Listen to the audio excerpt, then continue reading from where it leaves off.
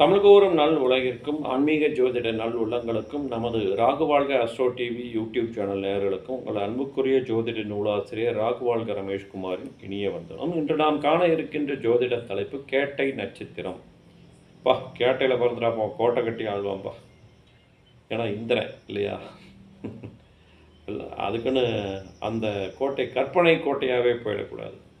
அவரவருக்கு உண்டான பலம் என்ன, பலன் என்ன, பலகீனம் என்ன, இதையெல்லாம் தெரிஞ்சுக்கிட்டு இயங்குவது நல்லது. கேட்டை நட்சத்திரம் விருச்சிக ராசி. வலிமை வாய்ந்தவர்.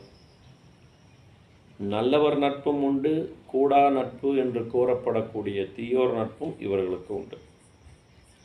இல்லாதும் கொள்ளாததும் பேசுவாங்க. அதுவும் அந்த அவதூறு பரப்பக்கூடியவங்க யாருன்னு பார்த்தா இந்த கேட்டை நட்சத்திரத்தில் பிறந்தவங்க தான்.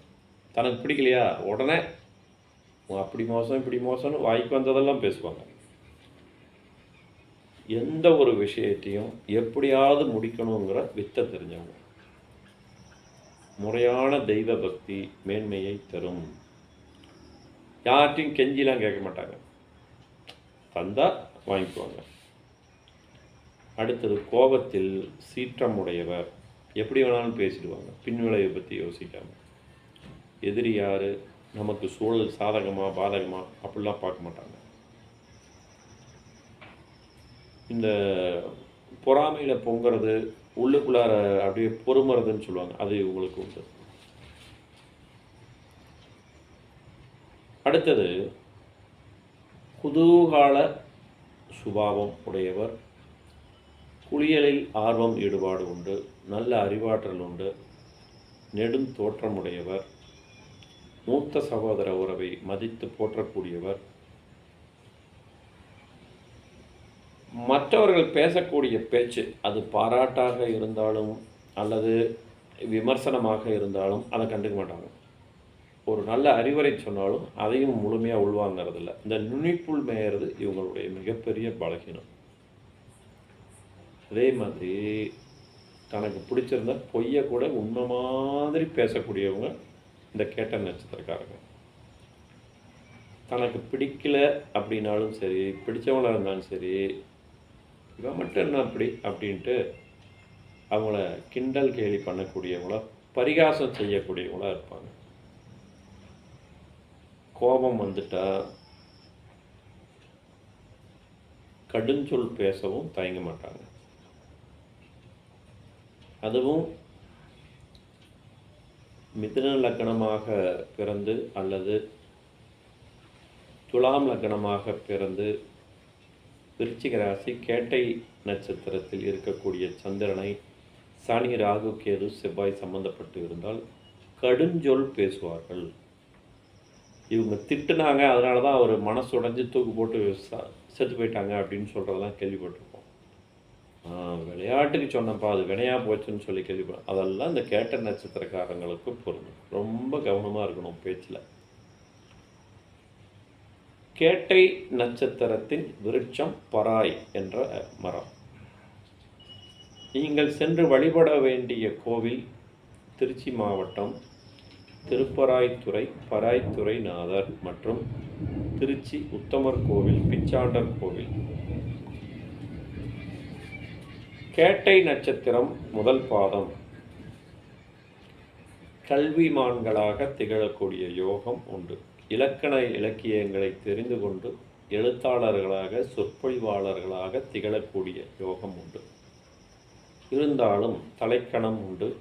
அதை குறைத்து கொள்வது நல்லது. மற்றவங்களுக்கு என்ன தெரியும், எனக்கு தெரிஞ்ச அளவுக்கு அப்படின்னு அடுத்தவங்களை மட்டம் தட்டி இகழ்ந்துரைத்து பேசக்கூடியவங்க. ஏன்னா இந்த விருச்சிக ராசினாலே கொஞ்சம் கோளாறு உள்ள ராசி தான் என்ன இருந்தாலும். அதனால தான் குரு பார்வை ரொம்ப ரொம்ப முக்கியம். உடல் பொலிவு உடையவர். இந்த விளையாட்டிலெல்லாம் ஆர்வம் ஈடுபாடு உண்டு. அடுத்து கேட்டை நட்சத்திரம் இரண்டாம் பாதம்.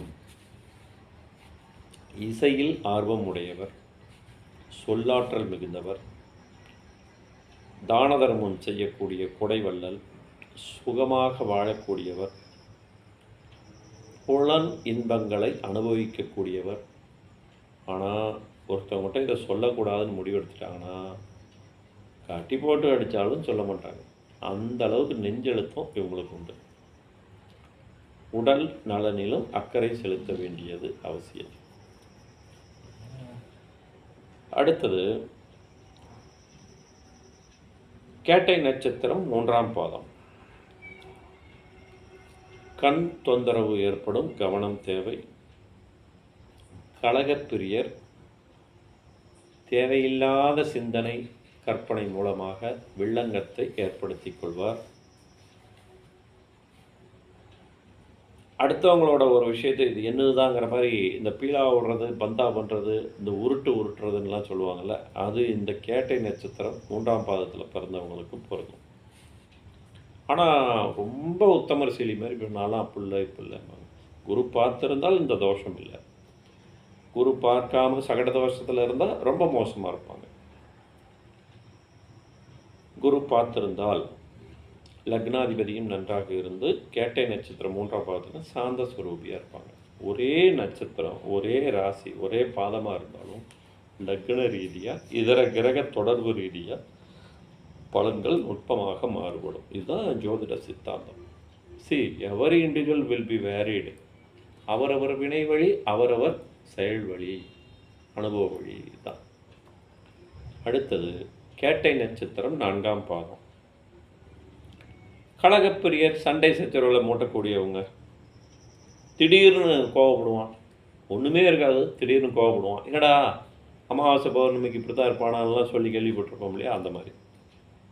கபடதாரி, நஞ்சினில் நெஞ்சை வைத்து நாவினில் அன்பு வைத்து நல்லவன் போல் நடிப்பான் ஞான தங்கமே.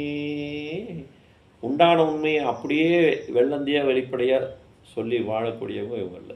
கேட்டை நட்சத்திரம் 4ஆம் பாதங்கிறது நிறைய விஷயத்தை உள்ளே வச்சு வெளியே சில விஷயத்தை தான் சொல்லுவாங்க.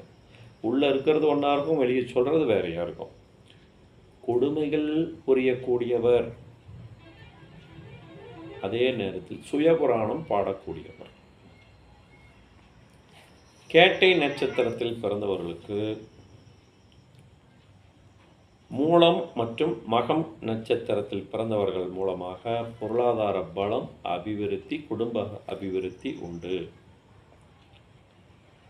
கேட்டை நட்சத்திரத்தில் பிறந்தவர்களுக்கு உத்திராடம் நட்சத்திரக்காரர்கள் மூலமாக குறிப்பாக அவர்களுடைய சொல் செயலில் கவனமாக இருக்க வேண்டும். இல்லை என்றால் சிக்கலில் சிக்கிவிடுவீர்கள், கவனம் தேவை.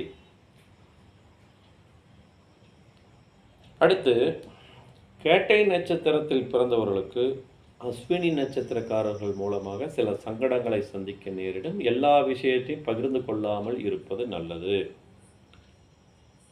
பூசம் நட்சத்திரக்காரர்களிடம் வரவு செலவு வைத்துக் கொள்ளாமல் இருப்பது நல்லது. அடுத்து மிருகஸ்ரீடம், சித்திரை, அவிட்டம் நட்சத்திரக்காரர்கள் மூலமாக ஆதாயம் அடையும் யோகம் உண்டு. சுவாதி, சதயம், திருவாதிரை நட்சத்திரக்காரர்கள் மூலமாக சிரமங்கள் அனுபவிக்க நேரிடும், கவனம் தேவை. உத்திரம் நட்சத்திரக்காரர்களிடமும் சற்று கவனமாக விலகி இருப்பது நல்லது. நேயர்களே, உங்கள் ஜாதகத்திற்கான பலன்களை, அதாவது ஒரு நட்சத்திரம்னா அப்படியே இப்படித்தான் அப்படின்னு வாய்ப்பாடு மாதிரி எழுதி வச்சுலாம் படிக்கணும். ஓரொன்று 1, ஈரொன்று 2ங்கிற மாதிரிலாம் கிடையவே கிடையாது. அவரவர் ஜாதகத்திற்கேற்ப பலன்கள் நுட்பமாக மாறுபடும். உங்கள் ஜாதகத்திற்கான பலன் காண விரும்பும் அன்பர்கள் அடியனின் வாட்ஸ்அப் கைபேசி எண் 96 29 15 97 17, அதாவது 9629159717 என்ற எண்ணிற்கு உங்களுடைய பெயர், தாய் தந்தை பெயர், உங்களுடைய ஆக்சுவல் டேட் ஆஃப் பர்த், பிறந்த தேதி, மாதம், வருடம், நேரம், கிழமை, பிறந்த ஊர், ராசி, நட்சத்திர, லக்ன விவரங்களை குறிப்பிட்டு தகுந்த தட்சணை கால அவகாசத்தின் பேரில் ஜோதிட வழிகாட்டுதல் பலன்களை பெறலாம்.